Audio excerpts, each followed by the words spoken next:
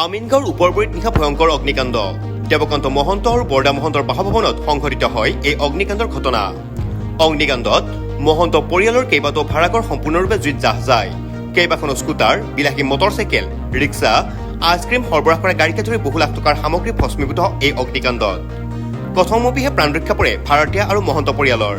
অগ্নিকাণ্ডৰ কাৰণ এতিয়ালৈকে জানিব পৰা হোৱা নাই।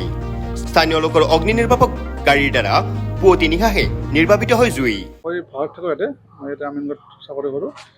মই নাছিলোঁ, ঘৰত গৈছিলোঁ। যোৱাকালি ৰাতি 1মান বজাত ফোন কৰিলোঁ মোক জুই লগাব। মোৰ বাইকখন আছিল AS25P1757। বাইকখন মোৰ জ্বলি গ'ল, লগতে বেলেগৰো স্কুটি এখন আছিল আৰু এখন বাইক আছিল। টোটেল 3খন জ্বলিছে। আৰু ইয়াতে 3টা ৰুম আছিল, দৰ্জা এই কমপ্লিট জ্বলিছে। আৰু মালিকৰো প্ৰথম পাকা ঘৰটো জ্বলিছে। বহুত ক্ষতি হৈছে। জুই কেনেকৈ সূত্ৰপাত হ'ল বুলি ভাবে? কি ক'লে? জুই কেনেকৈ লাগিল বুলি ভাবে? সেইটোতো গম নাপাম এতিয়ালৈকে, যিহেতু ৰাতি 12:30-1টাৰ ভিতৰত হৈ গ'ল না। মই ইয়াত নাছিলোঁ, একচুৱেলি ঘৰত গৈছিলোঁ। মই ৰাতিপুৱা আজি আহি পালোঁ। ক্ষয়ক্ষতি কিমান বুলি ভাবে? ক্ষয়ক্ষতি মোটামুটি 10 লাখ টকাৰ ওচৰত ক্ষতি হৈছে। ফায়াৰ ব্ৰিগেড আহিছিলে? ফায়াৰ ব্ৰিগেড আহিছিলে, আপোনাৰ মোটামুটি 1:30 বজাত আহি গ'ল নেকি, এনেকুৱা টাইমত আহিছিলোঁ। ফায়াৰ ব্ৰিগেড আহালৈ জ্বলি শেষেই হৈছে? মোটামুটি শেষ হৈছে, 90% গৈছে। আৰু বাইক স্কুটি গ'ল এখন, বাইক 2খন গ'ল। তাত বাইক মোৰো আছিলে।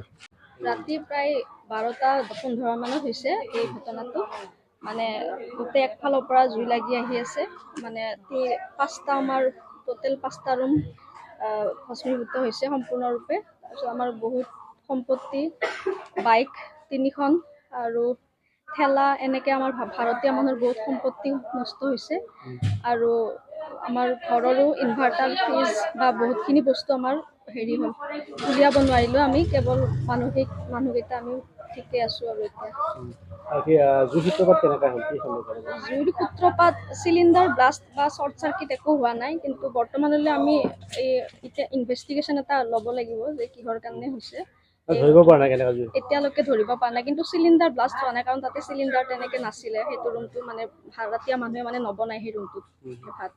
তো তেনেকুৱাই আৰু। ভাৰতীয় মানুহ আছে? ভাৰতীয় মানুহ ডিউটিত গুচি গৈছিলে, এগৰাকী আছিলে। তেওঁ মানে ৰাতি তেওঁৱে গম পাইছে প্ৰথমতে, তাৰপিছত আমাক উঠাইছে। আমি উঠি চোৱালৈকে ৰুমবোৰ প্ৰায় ভস্মীভূত হৈছিলে। আৰু তাৰপিছত জুই নুমুৱা গাড়ী আহি 2টা ৰুম আমাৰ বচাইছে কেনেবাকৈ আৰু। কি বজাত হৈছে?